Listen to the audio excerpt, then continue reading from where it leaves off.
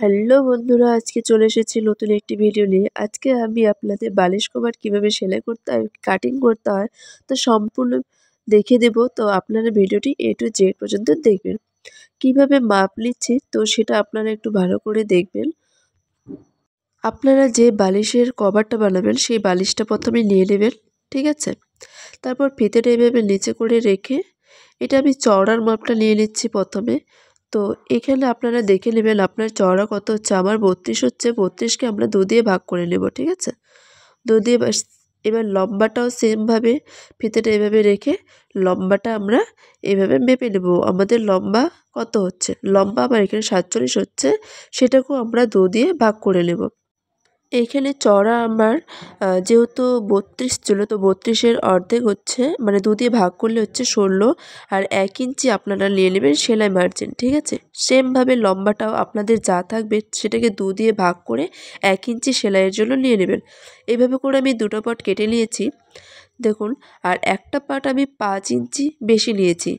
যেটা প্রথমে যেটা কাটবেন এই যে সরিয়ে দিলাম, সেটার থেকে 5 ইঞ্চি লম্বায় বড় থাকবে। কথাগুলো মনোযোগ দিয়ে শুনবেন। দেখুন আমি দেখিয়ে দিলাম যে 5 ইঞ্চি বড়। তো এই 5 ইঞ্চি যেটা বড় সেখানে 9.5 বা 9 একটা দাগ দিয়ে এই দাগটাকে আপনারা কেটে নেবেন।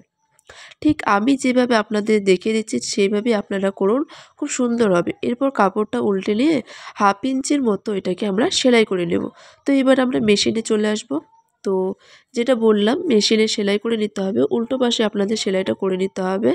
তো চলুন আমরা সেলাইটা করে নিই। তো আমার ভিডিও আপনাদের কেমন লাগে, আর যদি ভালো লেগে থাকে প্লিজ লাইক, শেয়ার, কমেন্ট করে আমার পাশে থাকবেন। আর কী ধরনের ভিডিও দেখতে চান প্লিজ কমেন্ট করে জানাবেন, আমি সেই রকম ভিডিও নিয়ে আপনাদের সঙ্গে হাজির হব। তো এইভাবে করে আমরা সেলাইটা করে নেব।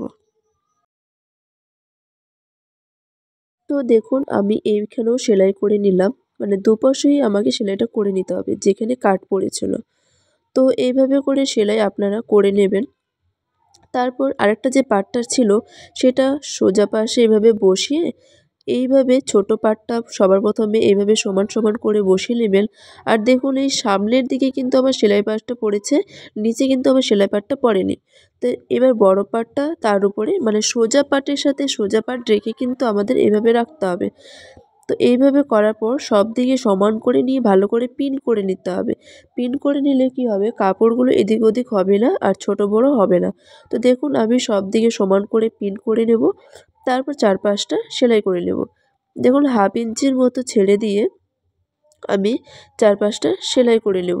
তো একটু সুন্দরভাবে দেখতে বা করতে ইজি হলেও জিনিসটা কিন্তু আমাদের খুব পরিষ্কার পরিচ্ছন্নভাবে করতে হবে, তবেই কিন্তু আমাদের কাছে কাস্টমারের কাজ আমরা পেয়ে থাকবো, ঠিক আছে?